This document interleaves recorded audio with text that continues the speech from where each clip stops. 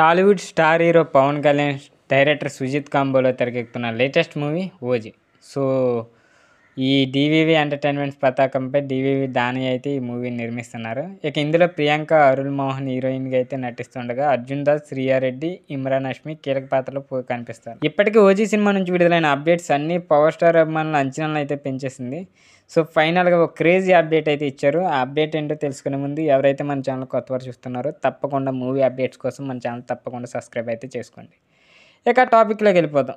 ఈ సినిమా ఎప్పుడెప్పుడా వస్తుందని చాలామంది పవన్ కళ్యాణ్ ఫ్యాన్స్తో పాటు సినీ ప్రియులు కూడా 1000 కళ్ళతో ఎదురు చూస్తున్నారు.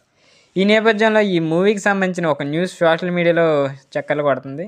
ఈ పొంగల్కి అయితే చాలా సినిమాలు రిలీజ్ అవుతున్న సంగతి తెలిసిందే. అయితే 'ఓజీ' టీం కూడా పొంగల్ ట్రీట్ ఇచ్చేందుకు ఓ గ్లింప్స్ని విడుదల చేయాలని అయితే ఆలోచిస్తున్నట్లు తెలుస్తుంది.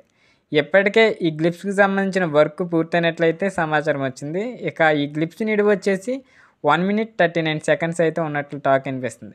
అయితే 'ఓజీ' గ్లిప్స్ను సంక్రాంతి కానుక విడుదలవబోతున్న చిత్రాలతో కలిసి థియేటర్లో వేయబోతున్నారని సోషల్ మీడియాలో వార్తలు వస్తున్నాయి. మరి ఇందులో నిజమెంతో తెలియనప్పటికీ ప్రస్తుతం ఈ న్యూస్ వైరల్గా అయితే మారింది.